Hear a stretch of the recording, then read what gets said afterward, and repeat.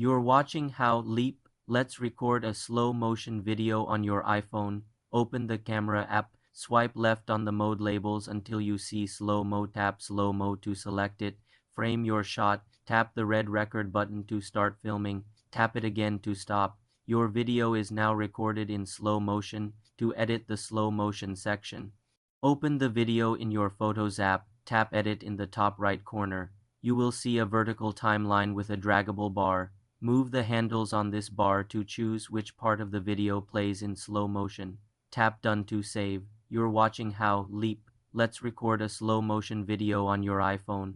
Open the camera app, swipe left on the mode labels until you see Slo-Mo. Tap Slo-Mo to select it. Frame your shot. Tap the red record button to start filming. Tap it again to stop. Your video is now recorded in slow motion. To edit the slow motion section, open the video in your Photos app. Tap Edit in the top right corner. You will see a vertical timeline with a draggable bar. Move the handles on this bar to choose which part of the video plays in slow motion.